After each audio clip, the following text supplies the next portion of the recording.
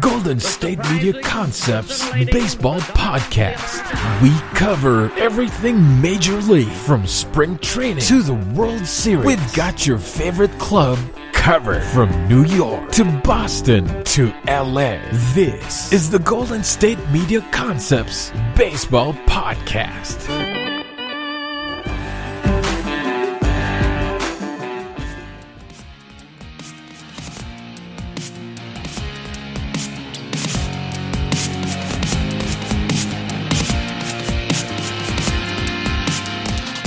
GSMC Baseball Podcast.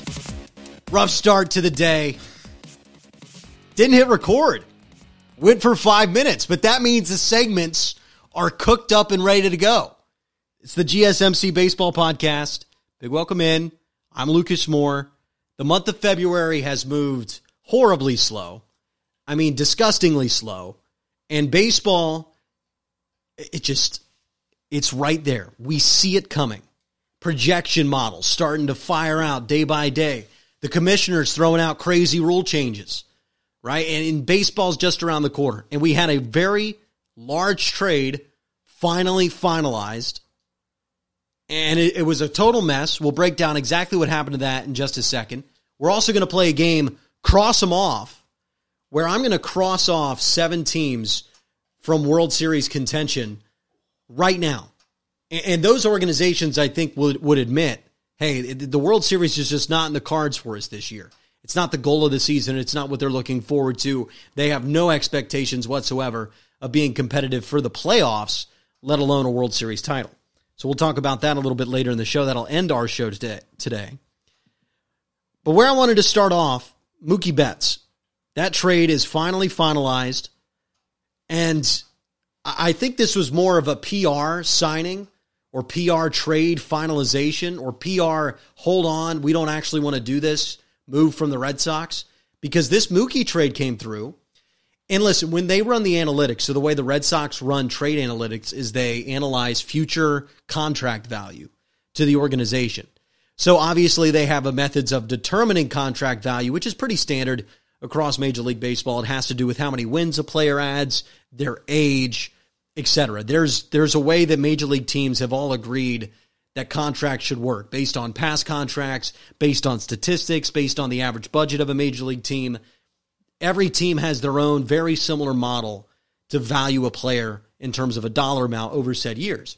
What the Red Sox had done within their own organization analytically is they had said, hey, we want to do the best trade in terms of dollar amount value. So what do we get back in this trade? If we don't believe we're going to have any more team control of Mookie Betts, by our evaluations, we're getting a pretty good deal with Verdugo and Gratterall. In terms of our evaluations of what they could be, the fact that we'll have them for this many years, meaning it'll equal this many dollars, and if we're only going to have Mookie Betts for one more year, yeah, Mookie's would be worth $60 million this year if we paid him what he was worth. We're getting 2 guys back who we could evaluate as $70 or $50 million total over the next 3 or 4. Right? You see how that math works. 120 to 60, you're getting double the value you can make by some arguments. And Boston Red Sox fans took any sort of reason that Mookie Betts wanted to leave, spit it right back in the organization's face and said, no, this is ridiculous. This is something that just can't happen. One of the most prominent sports figures in Boston media, Bill Simmons, who has some of the best, I think his podcast is one of the highest rated sports podcasts in the world. I mean, you got a guy like that who's worked at ESPN, been a famous columnist in and around Boston, saying he's not going to be interested in Red Sox games this summer. That's the type of media backlash we heard from this Mookie Betts deal. And by a lot of articles and by the numbers, you understand why the backlash comes. Now, I've defended the deal on the show in terms of their businessmen. It's their business. They've won 4 World Series in the last 15 years. Does this necessarily harm the Red Sox's World Series chances next season? I think you could say so. The season after that, depends how you use the prospects, depends how you use the money. Would the money have locked up the organization? It's a complicated question, is basically what I said. And I wouldn't have done the deal. I would have tried to get Mookie Betts, but if Mookie Betts wasn't coming back for some reason, or it just wasn't in your valuation to sign him to the contract he wanted, then that's their right to do that, to make that decision. And they've won 4 World Series in 15 years. And I understand that can be a shaky argument as well. Like, just because you've won World Series in the past doesn't mean you'll win World Series in the future. And it's at the end of a long line of questionable decisions from Red Sox ownership. But it is their decision, essentially. And I think there are actual reasons why they did the deal. I don't think it's a crime, or it's 100% an indication that they'll sell the team. But essentially what happened in this deal is the Red Sox got cold feet, and they came back and were like, hey, we want to get more out of this, essentially. They used Gratterall's shoulder as a reason for it, and I'm sure there was something wrong with Gratterall's shoulder, as there's wrong with about every shoulder ever that's thrown 100 miles per hour, okay? There's usually something wrong with it. I think Gratterall's going to be a fine reliever. I'm going to guess the Twins were like, listen, this guy's a reliever, because that's what the Twins had him evaluated as. We had a story that the Red Sox are trying to say they thought Gratterall was a starter. I hope they didn't actually think that. I think it's a smart move by them to use his shoulder issue, whatever it may be, that they probably already knew about, to go and get more out of the deal. Because if you're the Dodgers now, you're kind of backed into a corner, because you've already told your fans, your marketing department, everybody, that you're getting Mookie Betts. You're getting the second best player in baseball. It is done. Deal is finished. Here's who we gave up. We already agreed to send this guy here. You can't not bring him in now. It would have been an abject disaster for the Dodgers if they had lost out on this deal. And that's how Boston got another catcher, and they get Jeter Downs in the deal. That's a good prospect. And they get an extra catching prospect. So the Red Sox improved the deal for them, and they still get rid of Price. They still get their cash. And the Red Sox have somehow turned this into a somewhat win, from a public relations standpoint at least, to where they're totally not, they're still getting screwed, in my opinion, if you look at the wins above replacement. But it's not abject, oh my gosh, 2 players who will never be in the same stratosphere as Mookie Betts. Now it's hey, we're still getting Verdugo. We don't really need it. We didn't really need Gratterall. We're getting Jeter Downs, and we're getting a catching prospect as well. So it's a little more palatable for Red Sox fans, which good job. Good job by Boston. And the Twins, the Dodgers did this deal with the Twins to almost save face, right? But somehow, some way, the Dodgers on the back end of this went back to the Twins, who wanted Maeda out of this whole thing. They wanted another starter to try to ensure they win the AL Central this year. They go to the Twins and say, we'll take Gratterall out of this deal. Bullpen help, guy that throws 100. We'll take Gratterall and still give you Maeda. So the Dodgers went from kind of losing the Red Sox end of the deal to circling back around and then winning that Twins part of the deal. Now they get Mookie Betts, David Price, and a major league level reliever who has a potential to be a really strong closer in Gratterall. So the Dodgers made the deal better for themselves as well. I mean, this is probably what should have been done to begin with. And I don't know what happened with the 3-team trade, but the Red Sox pulling out helped the Red Sox, and then it also ended up helping the Dodgers. And how is that even possible? Because the Dodgers might be the best front office in sports right now. They really might be. Look at the way their organization is run. They've won 7 consecutive division titles in baseball, in a division with a team that's won 3 World Series this millennia, in the San Francisco Giants. And the Arizona Diamondbacks, out of all the mid-market teams in Major League Baseball, they're right there with the rest of them. They're not an abysmal mid-market team. Right? They're right there with the rest of them. I mean, the Diamondbacks have been somewhat competitive at times. They've had MVPs, right? They've had really famous players play for them, Randy Johnson, right? And they won a World Series. They're the Arizona Diamondbacks. They're a solid team in that division.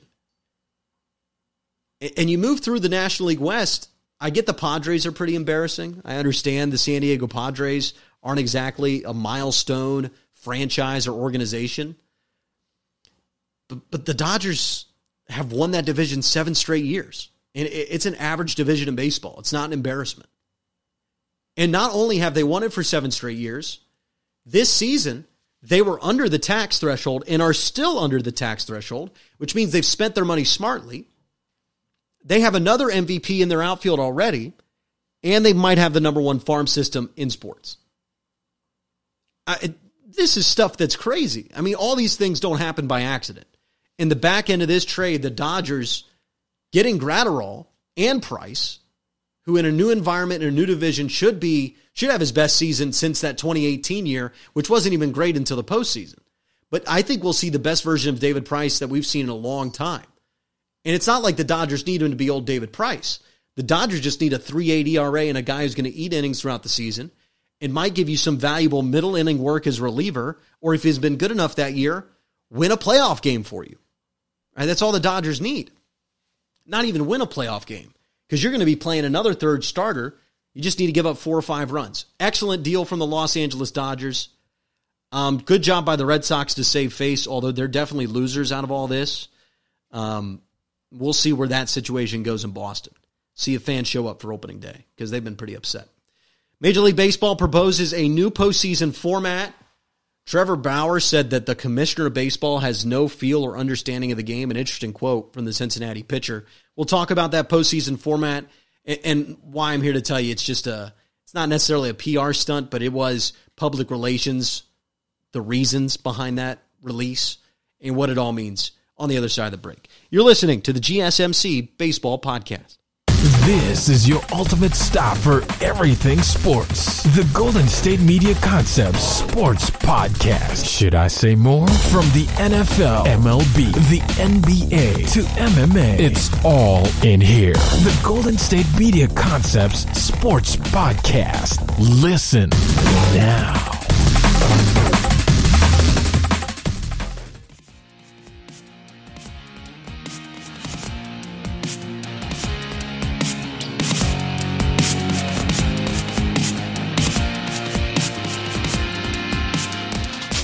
GSMC Baseball Podcast. I'm your host, Lucas Moore. Big welcome back into the show. Weird that Major League Baseball found its way into the headlines in a time where nobody knows what to talk about. It's the NBA All-Star break, so frankly, NBA reporters are even tired of talking about the NBA because the storylines tend to repeat in the National Basketball Association by this point of the season. Right? LeBron and Anthony Davis are good. The Clippers are really good, but they're resting players. The Sixers, their chemistry is there. It's going to be the same storylines time and time again. Trade deadline spiced it up a bit, but it was somewhat boring. It just all feels kind of stale. Super Bowl's over, so nobody wants to rehash the NFL. And how many times can you talk about the Chiefs winning the Super Bowl? So it's a dry time in sports. Really dry time in sports in terms of headlines. And in Major League Baseball, a new postseason format is leaked in the middle of this time. It's clearly a public relations move. Major League Baseball wanted to be talked about for 2 or 3 days by sports fans, by people that are interested in the changing of leagues, by Americans, essentially. That's what this is. Hey, what'd you think of the new postseason format, John, right? Maybe try to trigger people into thinking about Major League Baseball. It's not a bad move if it wasn't so bad, right? It's not a bad move to release a potential new postseason format at this time if you're Rob Manfred, if you're Major League Baseball. I like new ideas, right? And maybe this is one that really just wasn't in serious consideration, but this is just a mess. Listen, they want 7 teams in each league to make the postseason, which is insane. I mean, that's 14 out of 30 in a sport you already playing 162 games.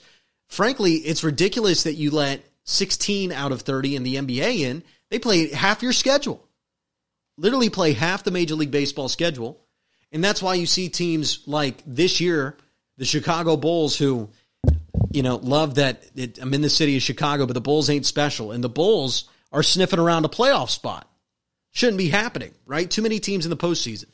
And in Major League Baseball, in 2017, 2 teams below 500 under this postseason format would have made it.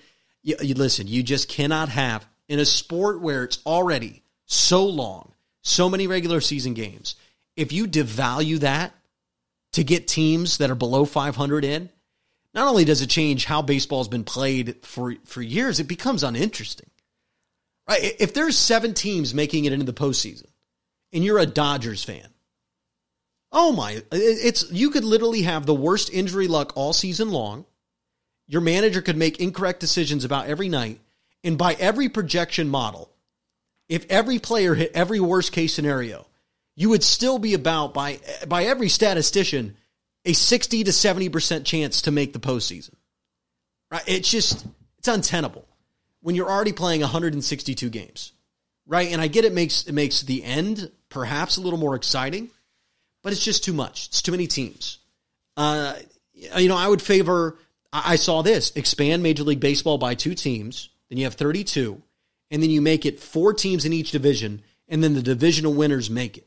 So it makes it a little more exciting, the division races, because it's 4 teams. You always feel like you're in a little bit more, right? Saying you're fourth, right, in a 4-team division. We're this far behind. I think it tightens the gaps in some areas, and it'll make some interesting races. And hey, the NFL model of 4 teams in a division really works. It really targets your rivals, right? Because you, baseball fan, I'm sure that you could name, most baseball fans can, all the other teams in their division.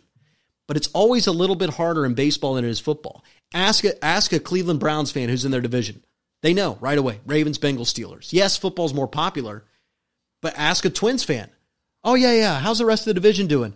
Oh, yeah, the Indians, they're competitive. The Tigers are bad. And then you're like, okay, and then it's the Royals. Like, you just get lost with that one extra team. It's something about the hormonal, it's something about the human brain. It gets a little weird, right? And 4 teams, I think, would work better. So a playoff system like that. But 7 teams, you keep the same divisions. It doesn't make any sense. And then out of the blue, you want to do this selection show where teams will pick their opponent. What is this, an all-star game? Teams picking their opponent? One, this will never get past the union. Ain't no way players are signing up for that.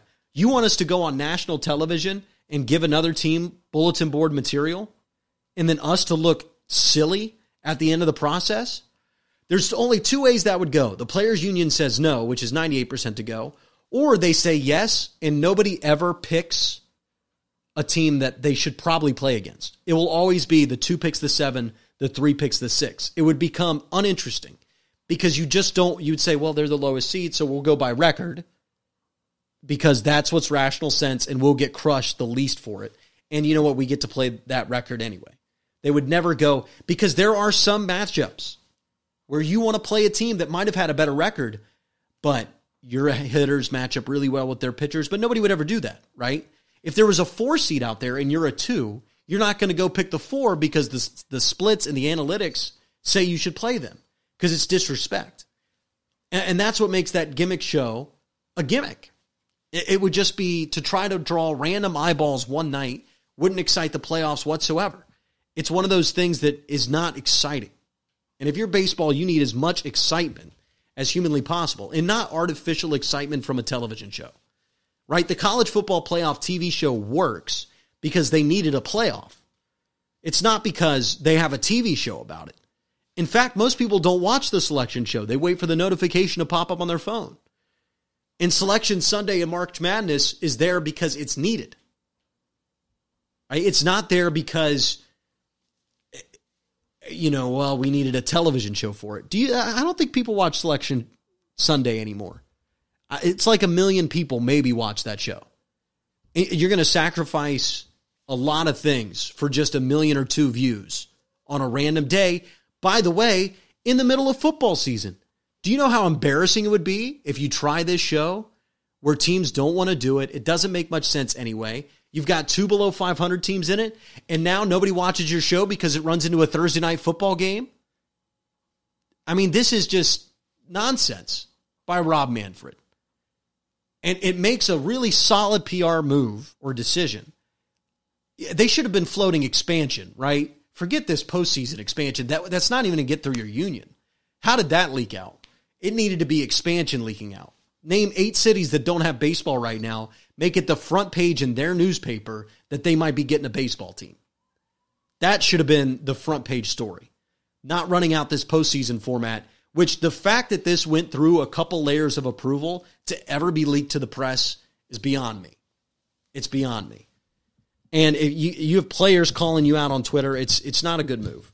And the Rob Manfred era continues to be very shaky. with Major League Baseball. It has not been the type of, because we've seen a good commissioner take over recently in Adam Silver in the NBA. It's been a rough start for Rob Manfred. But baseball is exciting. I'm actually really getting excited about it. I won't be excited if one team does this in spring training. I'll tell you that on the other side of the break. You're listening to the GSMC Baseball Podcast. Tired of searching the vast jungle of podcasts? Now listen close and hear this out. There's a podcast network that covers just about everything that you've been searching. Hey! The Golden State Media Concepts Podcast Network is here. Nothing less than a podcast bliss with endless hours of podcast coverage. From news, sports, music, fashion, cooking, entertainment, fantasy, football, and so much more. So stop lurking around and go straight out to the Golden State Media Concepts Podcast Network. Guaranteed to fill that podcast itch. Whatever it may be. Visit us at www.gsmcpodcast.com. Follow us on Facebook and Twitter, and download us on iTunes, SoundCloud, and Google Play.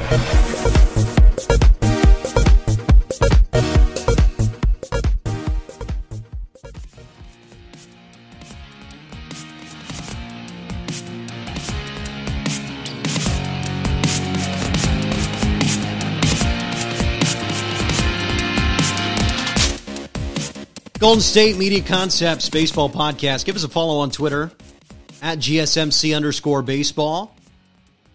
I'm your host, Lucas Moore. Big welcome in from cold, still cold, going to be cold for a long time, Chicago. I live about a mile, well, a block or a mile. It's about the same thing. It's like a block sideways and then a block north away from Wrigley Field. And it's great. It's fun. It's exciting that baseball is going to be here throughout the summer. A lot of teams will roll their way through Wrigley Field. I plan to check most of them out. And then obviously, baseball season nearly being here is exciting. Fun times.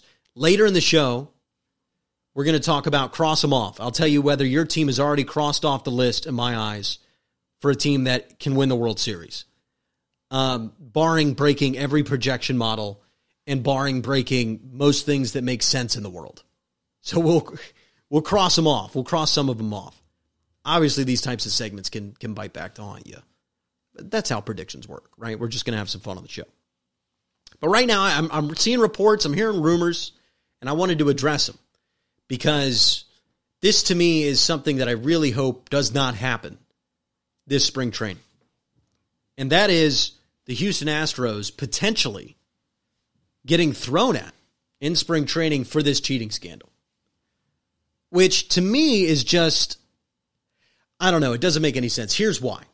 The reason this doesn't make sense from other teams. One, every other team in Major League Baseball, per rumor, at least 9 others confirmed, and to me, that means everybody else. It's just how many teams didn't get caught, participated in this video cheating scandal. Now, the Astros were given a warning. The Astros kept doing it after everybody else stopped. Yes, but everybody participated in it. So, to me, it doesn't make sense if now it is a moral red line that the Astros have crossed, so much so that I'm going to throw a 98 mile per hour projectile at them just to spite them, just because it'll look good for media. It just doesn't make much sense. And then how about this? The players knew about this scandal for a long time. They've been talking about this scandal, right? Trevor Bauer says, oh yeah, I always got told that when we're going to Houston to watch out, they might be cheating, right? You didn't care about it enough to run to the media then. You didn't care enough to throw at Houston Astro players then, right? I mean, these stories, and you know, this lawsuit that'll probably end up working out because he's suing for charity, the pitcher that got his debut just against the Astros and got, you know, beat so bad on the mound by the Astros that was his last appearance, which happens all the time in baseball. And the Astros may have cheated that game, and if they did, well, he still got hit, right? The best pitchers don't get hit like that. Why? Because they're better pitchers. And having that advantage is important. And yes, I wouldn't do it, and I don't want any other team to do it. I want the game to be fair. But this whole thing is starting to get blown out of proportion. And if you're going to throw at Astros players who are the whole reason we know everything that happened, because they agreed to a deal that Major League Baseball offered them that they would escape punishment for this, and that management would get all the punishment. That's the choice of Major League Baseball. Those players chose to participate in this, right? And Mike fires a guy that cheated, but no, he's on another team now, so that won't matter. Is he going to get thrown at? I mean, he's in the AL, so he'll never actually go to play, but is somebody going to throw a bat at him or go crazy or fight him or talk trash? No. And listen, every single player in Major League Baseball, had they been in the Houston Astros organization at the time this was happening, not a single one of them, outside of perhaps a few really respected veterans, and most of the star players in the league are younger anyway, would have done it. Would have done it right with the Houston Astros. Now, they might have felt bad. They might have told after the fact, but every single one of them would have done it. Or at least every single player in that is. So is every Houston Astro a bad person, a worse person that everybody else in Major League Baseball that they now get to deserve to be thrown at? When management and a bench coach came to them and said, let's do this system. A legend like Carlos Beltran said, let's do this. It can help us win. And every other team was doing it at some point. This is just, whole thing is getting out of control. This whole thing is going overboard. And baseball players keep talking about it. Stop. Your money is helped by baseball's success. The punishment is over. So you're going to keep talking about this. Nobody's going to think baseball is fair. Players don't even think it's fair. Right? This is something that needs to be handled within baseball, not through the media, not through hitting players at the plate. You handle it within baseball because it's just a bad story. It's a story that's now overblown. It's a story I didn't want to talk about again that continues to resurface because players continue to make headlines about it because they want to keep talking about it. And, I really hope the Astros are good this year because if they're at 81 wins, nobody's going to think baseball's fair anymore. Everybody's going to think the game is rigged, was rigged for a whole 3-4 year period. And that means before you're even in the third decade of the millennia, you will have the two largest cheating scandals in sports that influenced results the most, by your own admission. By your own admission. And that is bad news for baseball. Bad news for baseball. So let's move off the story because they're not cheating this year. It happened. The World Series banner is not coming down. And the Astros are at blame too here. They need to release more of a statement. They need to have a better media relations coalition. It needs to be better handled from Major League Baseball, from the Astros, from everybody. Because this is a type of situation that just continues to roll out of control. And it's just not good headlines. There's been a lot of bad headlines. And I know it's a funny line in the movie Neighbors that all the dean cares about is headlines, but they matter, man. What the public perception is of your league, it matters. It certainly matters. If people are going to watch, if people are going to spend money to go to your ballparks, certainly matters. We'll take a break. On the other side of it, I'm going to cross off 7 teams. 7 teams that World Series should not be in the picture for them. We'll talk about that on the other side of the break. You're listening to the GSMC Baseball Podcast. Want to know the latest in soccer? Then listen to the Golden State Media Concepts Soccer Podcast. From MLS, the World Cup, and the Premier League, we've got you covered. The latest updates, the hottest matches, and news on the league's top players. It's the Golden State Media Concepts Soccer Podcast. David Beckham scores the goal to take England all the way to the World Cup finals. Listen now.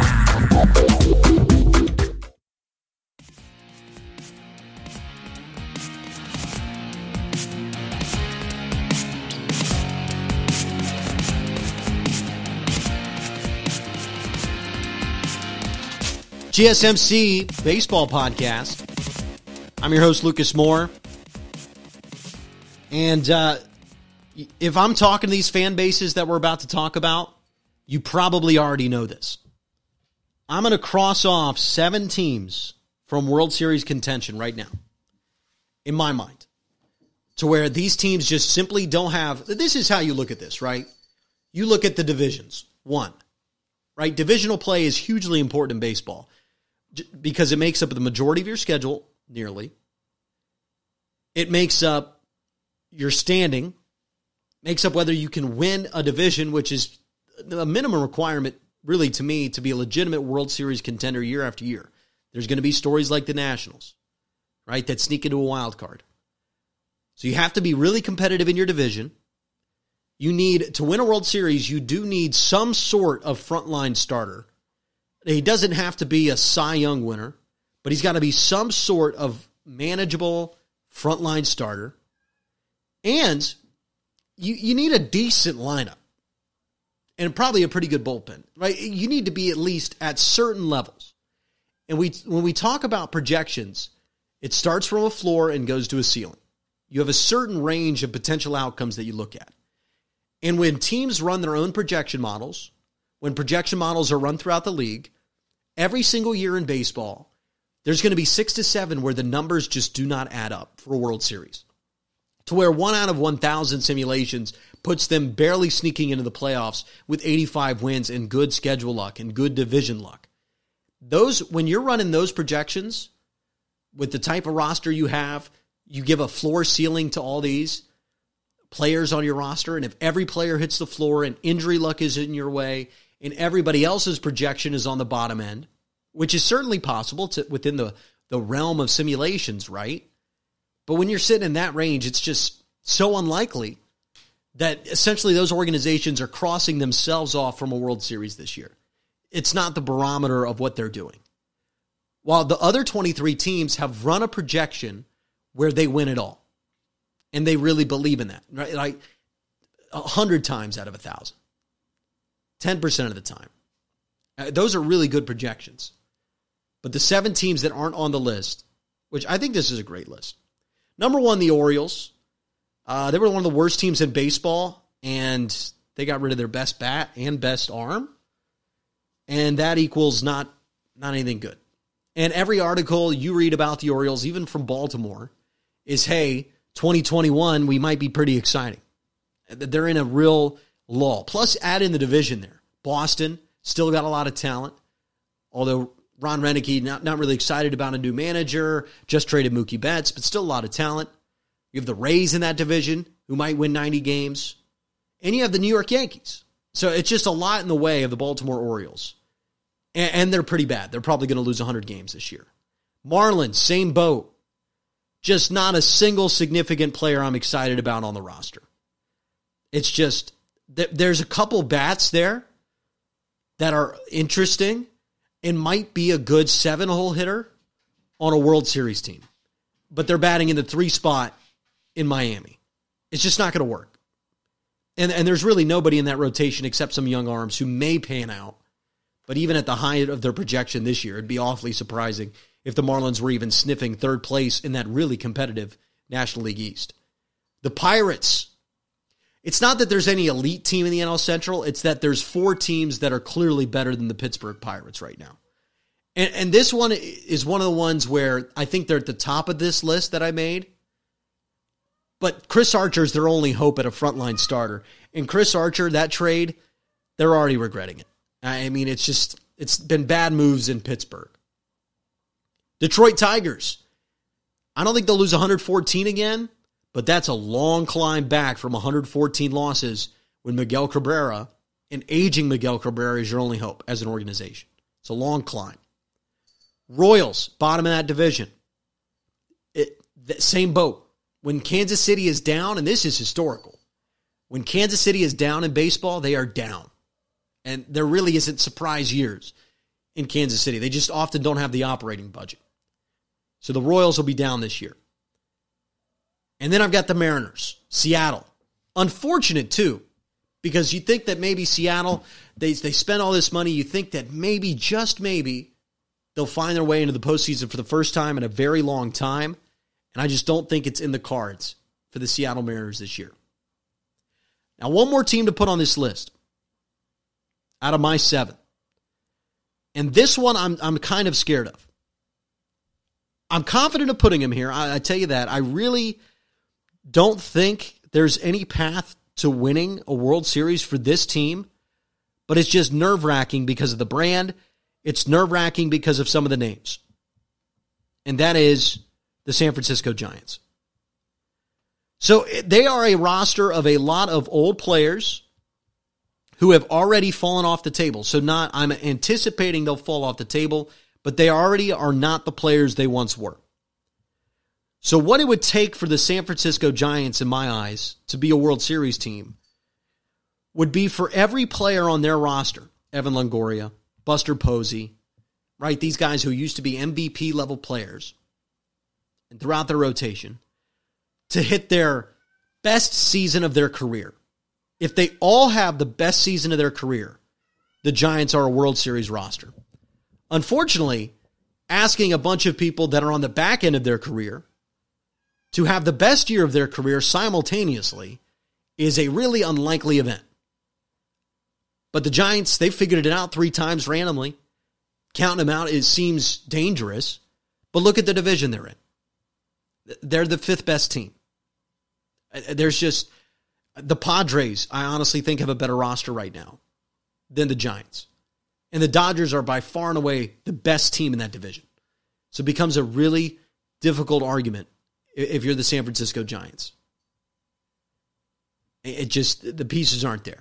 But it's awfully dangerous putting a team that has won World Series like that has figured out a way to have competitive teams more oftentimes than not on the cross them off list before we're even at spring training. But I'll put them on there. San Francisco Giants, rough path to a potential World Series. So to recap the list of sadness, the list of no World Series most likely this year: Orioles, Marlins, Pirates, Tigers, Royals, Giants, and Mariners. Seattle, San Fran, Kansas City, Detroit, Pittsburgh, Miami, Baltimore. Don't invest in season tickets. I'm just kidding. Baseball is still great to watch. You get to watch a lot of great players. And honestly, I bet ticket prices are not up in any of those markets. Maybe San Francisco is up because of the income rising. Interesting times in baseball. Interesting storylines to talk about. Glad we could fill your day with some baseball news. We'll be back tomorrow with another fresh show. I'll have a most likely to win a World Series list coming shortly, right? To where it is within their projection models where more times than not they think they can win the World Series. All that coming later this week. Thank you so much for listening to the GSMC Baseball Podcast. It's been a fun show. I'm Lucas Moore. Follow this show on Twitter at GSMC_baseball and follow all the other podcasts on the GSMC Podcast Network, because this podcast is brought to you by the GSMC Podcast Network. I'm your host, Lucas Moore. This has been the GSMC Baseball Podcast. You've been listening to the Golden State Media Concepts Baseball Podcast, part of the Golden State Media Concepts Podcast Network. You can find this show and others like it at www.gsmcpodcast.com. Download our podcast on iTunes, Stitcher, SoundCloud, and Google Play. Just type in GSMC to find all the shows from the Golden State Media Concepts Podcast Network, from movies to music, from sports to entertainment, and even weird news. You can also follow us on Twitter and on Facebook. Thank you, and we hope you have enjoyed today's program.